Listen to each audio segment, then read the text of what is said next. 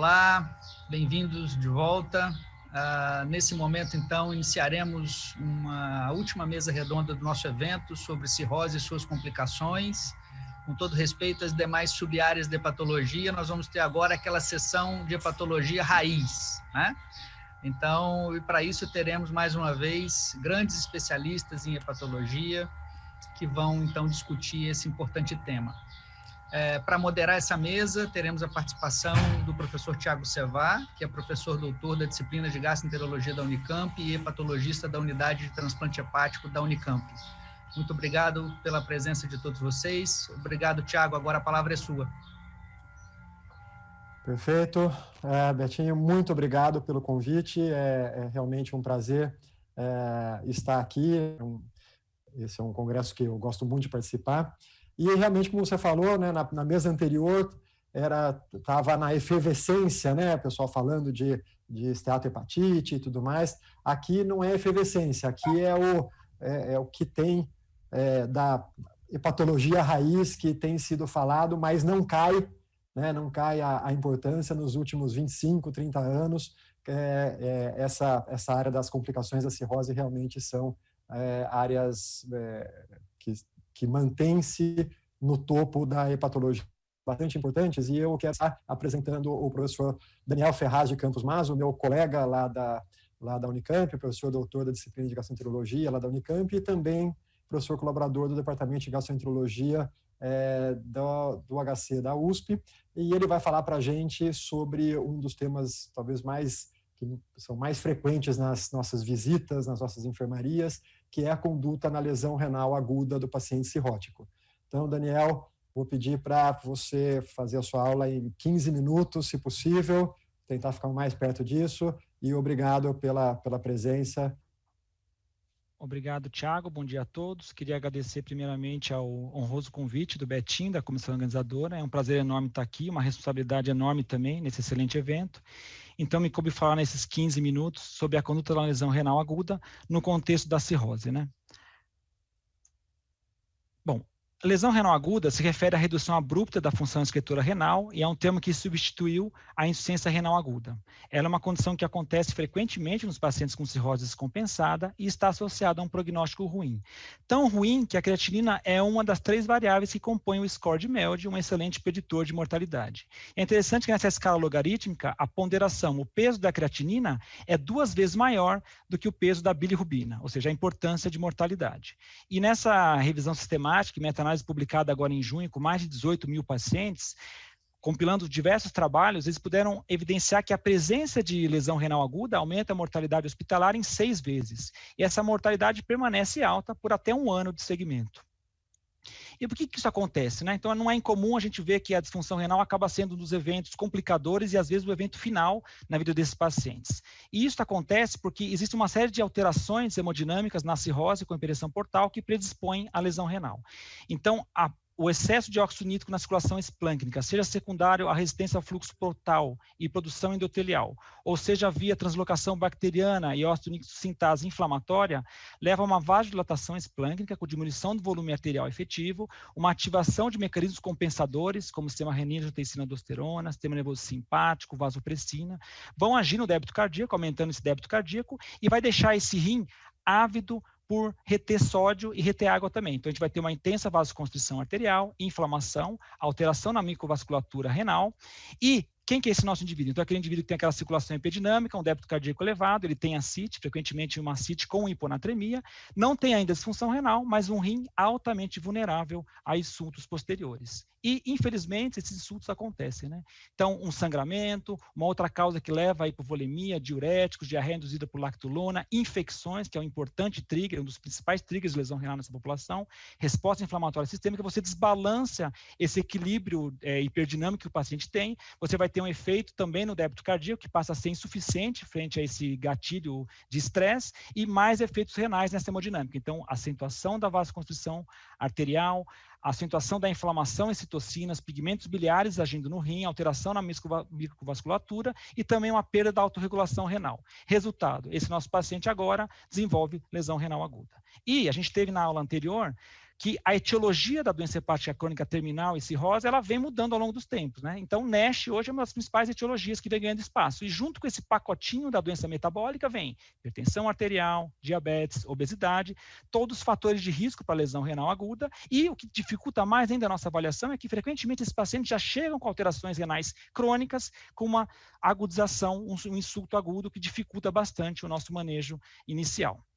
Já apresentado na mesa prévia, né, então doença gordurosa não alcoólica, na fase de esteatohepatite, já é a segunda causa em algumas cortes, na descrição americana, e a principal etiologia de doença hepática terminal, aqui não compilados dados de HCC. E ela também é uma importante e crescente causa de pacientes mais graves, no contexto de ACLF, onde a lesão renal frequentemente permeia, inclusive, o diagnóstico dessa síndrome nesses pacientes. Classicamente, a gente divide a lesão renal em pré-renal, renal e pós-renal. E no nosso paciente com cirrose com ascite, a gente tem um tipo específico de lesão renal, que é a síndrome hepatorrenal, que ela é considerada uma lesão renal funcional.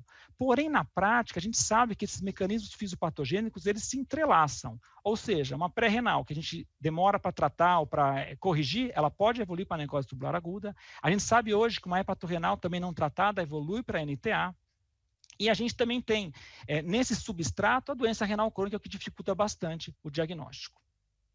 Essa coorte, publicada em 2008, num artigo de revisão da Guadalupe, ela pegou na época o que tinham de principais dados de incidência de lesão renal em cirróticos hospitalizados. Naquela época, a incidência era em torno de 20%, a gente já sabe, com trabalhos mais recentes, chega a 50%, 60%, um pouco disso tem a ver com os critérios diagnósticos, mas foi um estudo bem interessante para mostrar para a gente que, olha, a causa pós-renal é uma causa infrequente de lesão renal, e as principais etiologias de lesão renal nesse paciente com cirrose descompensada internado é pré-renal, seguida de renal, e terceira causa, síndrome hepatorrenal. Em 2018, a gente teve a oportunidade de fazer uma avaliação numa corte prospectiva, com mais de 150 admissões, foi publicado mês passado esse trabalho, onde a gente avaliou a incidência da lesão renal nessa população em fatores associados. Quase 60% dos nossos pacientes tiveram lesão renal pelos critérios de ICAAC, que a gente vai mencionar mais adiante, e mais uma vez replicando os dados prévios, principal etiologia renal, pré-renal, seguida de renal e hepatorrenal. Interessante mostrar que a mortalidade intra-hospitalar, ela não ocorreu naqueles que não tiveram lesão renal, ou seja, o impacto da lesão renal no prognóstico desses pacientes.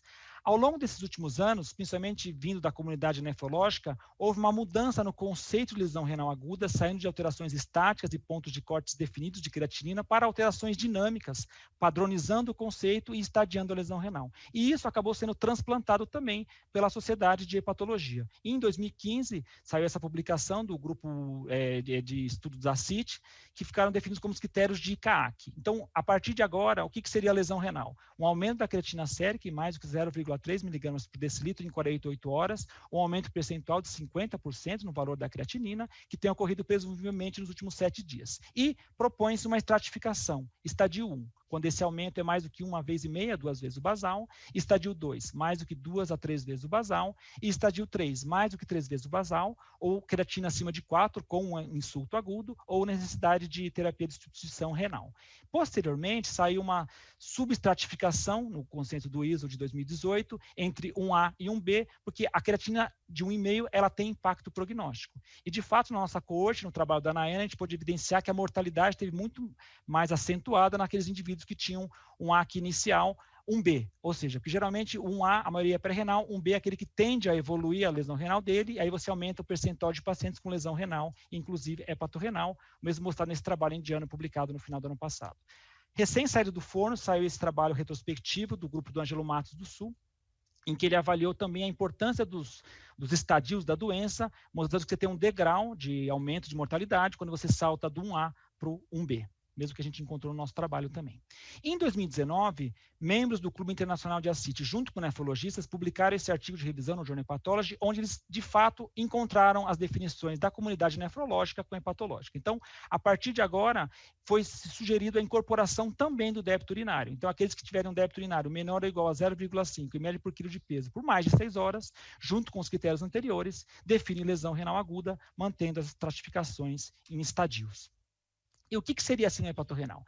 A síndrome hepatorrenal seria o auge daquela alteração hemodinâmica que a gente vê na cirrose descompensada. Então, você vai ter uma acentuada perda de função renal, geralmente, mas não exclusivamente, no contexto de cirrose avançada, com ascite, geralmente hiponatremia, onde você tem uma ausência de alterações substanciais na histologia renal, ela é reversível, mas tem um prognóstico a curto prazo muito ruim se você não tiver o transplante, que é o tratamento de primeira linha nessa comorbidade. E essa alteração hemodinâmica ela fica muito bem representada quando a gente avalia marcadores urinários. Por exemplo, se a gente avalia a fração de excreção de sódio, a gente vê que em todas as causas de lesão renal, o que a gente não vê nos não cirróticos, o FeNA está abaixo de 1%.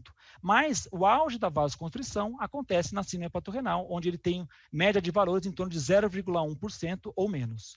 Porém, ao longo dos anos, vem se tendo um entendimento melhor da fisiopatologia da hepatorrenal e talvez ela não seja totalmente funcional. Ela pode ter componente estrutural também. Então, se a gente avaliar um marcador de lesão de túbulo, como a albuminúria, a gente vê que, de fato, ela está aumentada na necrose tubular aguda, mas ela é mais elevada na hepatorrenal em relação à pré-renal. E se a gente avalia marcadores mais específicos, como o NGAL, de lesão tubular, a gente vê que, de fato, ele é excelente para diferenciar necrose tubular das outras etiologias, mas hepatorrenal tem uma alteração aqui, ó, níveis intermediários em relação à pré-renal, mostrando um componente estrutural associado a esse componente funcional, o que pode justificar por que alguns pacientes também não respondem à terapia farmacológica.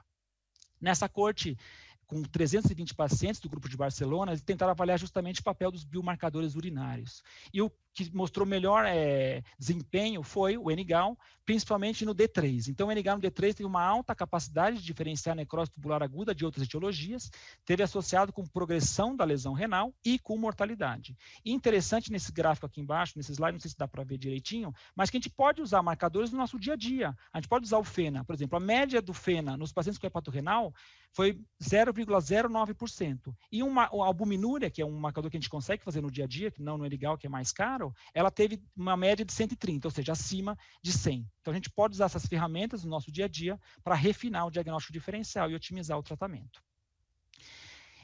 Em 2019, naquele mesmo artigo de revisão, então foram propostos também os novos critérios diagnósticos de síndrome hepatorrenal. Então, o cenário mais comum, cirrose com ascite, mas também, como era previamente descrito, na insuficiência hepática aguda e no acute on-chronic liver failure, você pode também ter hepatorrenal. O diagnóstico, de acordo com os critérios de Akin que digo, que seriam os de lesão renal, e é um diagnóstico de exclusão. Então, você tem que ter ausência de resposta após 2 dias consecutivos de retirada de diuréticos, expansão com albumina, 1 grama por quilo de peso, máximo 10 frascos ao dia, ausência de choque, ausência de uso atual ou recente de drogas nefrotóxicas e ausência de sinais macroscópicos de lesão estrutural renal, hematúria, proteinúria, albuminúria elevada ou alterações no ultrassom renal. E seria altamente preditivo de vasoconstrição que a gente observa na hepatorrenal quando os níveis de FeNAs estão menor do que 0,1%.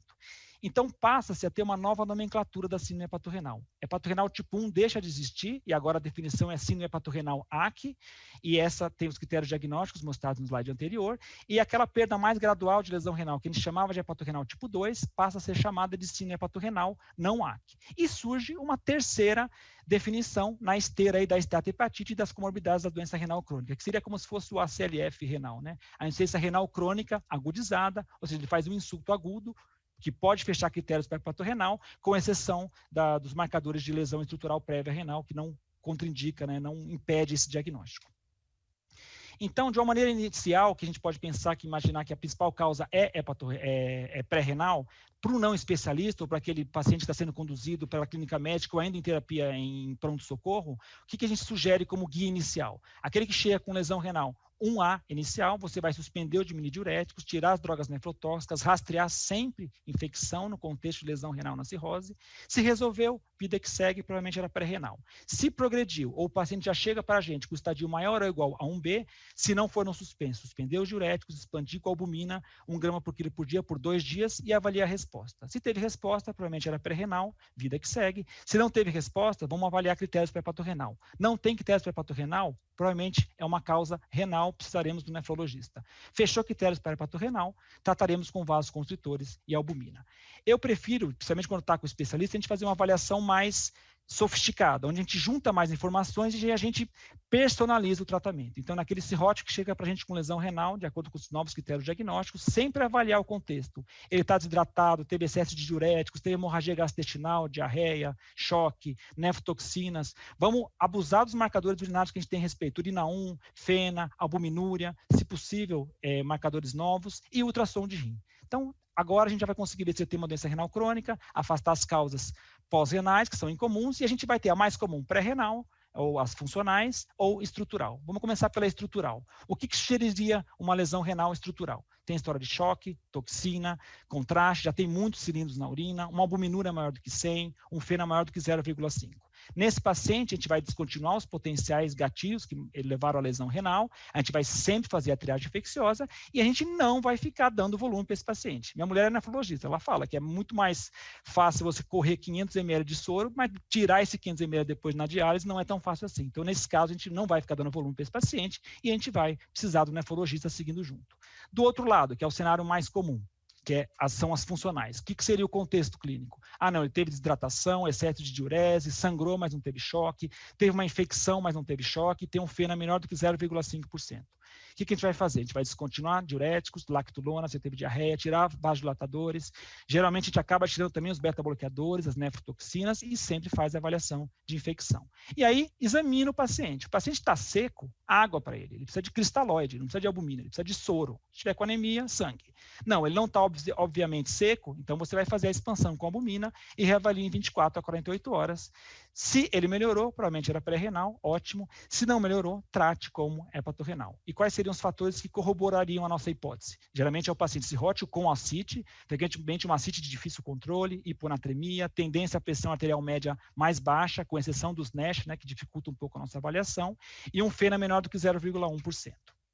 Então, o tratamento da hepatorrenal ele vai seguir a fisiopatologia da doença, né? Lembrar que o tratamento de primeira linha é tratar a causa de base, ou seja, é o transplante de fígado. É isso que vai mudar a mortalidade a médio e longo prazo. O TIPS vai ter um papel, principalmente na síndrome hepatorrenal não AC, e a nossa terapia farmacológica vai ser basicamente a utilização de vasos constritores associados à albumina. A gente vai ter uma aula mais adiante sobre isso, que é muito mais do que um expansor volêmico. Dos vasos constritores, a teleprecina acaba sendo a primeira opção para a gente, que pode ser feita em bolos ou em infusão contínua, e como segunda linha, a noradrenalina, sempre acoplados à albumina por 10 a 14 dias. Essa publicação de 2016 foi muito interessante, que os autores avaliaram num estudo randomizado a possibilidade de você usar a teleprecina em infusão contínua em relação à infusão em bolos. E com essa estratégia, eles conseguiram usar muito menos droga, ou seja, a média de droga diária foi menor de teleprecina, sem perder eficácia e com isso, ganhou muito em relação a eventos adversos. Então, a partir de então, em muitos centros do mundo, inclusive o nosso centro, a gente usa de rotina. E agora, em 2020, a gente teve a oportunidade de levar a nossa experiência com os primeiros 28 casos de síndrome hepatorrenal, que a gente tratou com teleprecina em infusão contínua. Aqui estão compilados os 26 primeiros casos, população difícil de vida real, média de child C10, média de mel de sódio de 26, infecção desencadeando, foram na maioria dos pacientes, principalmente peritonitis bacteriana espontânea. Lembrar que a hepatorrenal, geralmente, ela não cai da árvore, né? O paciente que já vem tendo disfunção metabólica, disfunção hemodinâmica, então ele vai fazendo lesões renais prévias. Metade dos pacientes já tinham internações prévias com lesão renal. E a nossa taxa de resposta entre completa e parcial foi de 64%, né? Porém, a gente teve uma alta taxa de recorrência, 42%. São pacientes graves, 27% foram transplantados, e a mortalidade geral dessa coorte, em uma avaliação até 3 meses, foi de 50%, ou seja, a importância de transplante nesses pacientes. Quando a gente pega os trabalhos randomizados, a taxa de reversão da síndrome hepatorrenal varia de 24% a 70%, nessa combinação de teleprecina e albumina, algumas em bolos, algumas em infusão contínua, e eu coloquei esse trabalho recente do Reino Unido, que não foi randomizado, não foi prospectivo, mas uma coorte retrospectiva, mas com mais de 200 pacientes, uma taxa de reversão de 73%.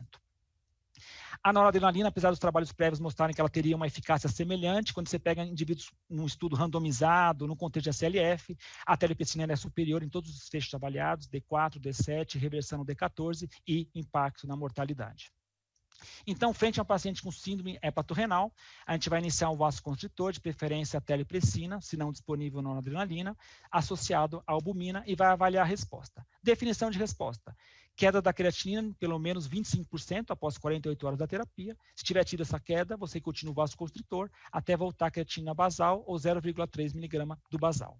Se você não teve resposta, você pode otimizar o tratamento. Então, com terbicina, você pode aumentar a dose. Se você está usando 2, pode usar 3, 4, ou pular de 2, 4, 6 miligramas a cada 48 horas e reavaliar a resposta. Se você teve complicações da terapia ou você não teve resposta, aí você vai suspender os vasoconstritores e nos pacientes candidatos a transplante, aí você vai avaliar a terapia de substituição renal, que não trata hepatorenal, mas deixa o paciente vivo até o tratamento definitivo, que é o transplante. Se ele recidivou da hepatorenal, você pode repetir o tratamento e sempre reavaliar o status do transplante.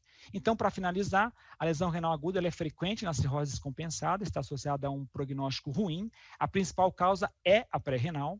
E, ao longo desses anos, a gente observou uma mudança nos critérios diagnósticos, tanto de lesão renal como de hepatorenal, que nos permitem fazer um diagnóstico mais precoce e também nos autorizam a colocar um tratamento mais precoce também para melhorar desfecho, né? E a utilização desses biomarcadores urinários podem auxiliar no diagnóstico diferencial.